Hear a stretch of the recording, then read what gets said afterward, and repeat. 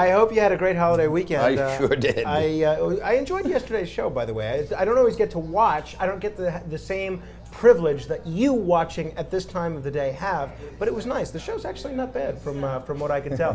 But there's, as you alluded to, John, a ton of stuff happening in the news, not only around New York and around the country, but around the world and around the galaxy. Let's give a look at some of the weekend's top headlines.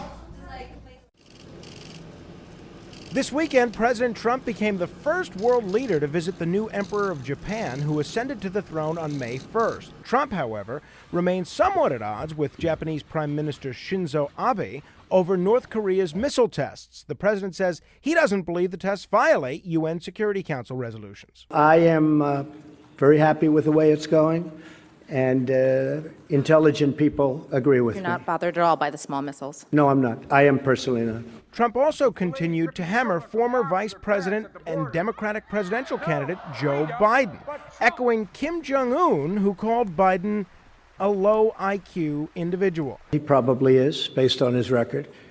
I think I agree with him on that. The European parliamentary elections saw populist and nationalist parties increase their foothold in the government, with their shares of seats rising from 20% to 25%. Meanwhile, Britain voted on one issue, Brexit. The newly formed Brexit Party snagged 31% of the vote in the UK. You can bet this is going to shape the race to determine who becomes the next leader of the Conservative Party and the next Prime Minister. I spoke to Nigel Farage and he said he has absolutely no confidence that the UK will leave the EU by the new deadline of the 31st of October. Back in the States, House Judiciary Chairman Gerald Nadler appeared to fall ill at a press conference with Mayor Bill de Blasio as the mayor was answering questions, nearly fainting. The congressman's right about that fact.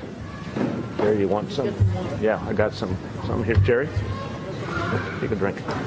You look a little dehydrated, brother. Nadler was stretchered out and received treatment for dehydration. No further word on the cause for this episode.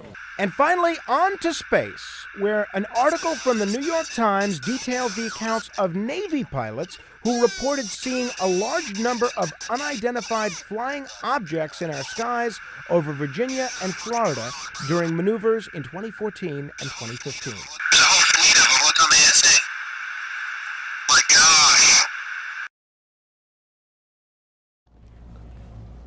But apparently, even though these Navy pilots confirm seeing these aerial phenomena, UFOs, let's call them UFOs. Well, they are. That's literally what they are, unidentified flying objects. They can't confirm where these planes or these objects, these drones, came from. We don't know if they're extraterrestrial in nature, but we do know that the New York Times is on record talking with Navy pilots about literally seeing UFOs. In any other era where Donald Trump wasn't president, this would be the front page of every newspaper for a week. We have confirmed sightings of UFOs in this country.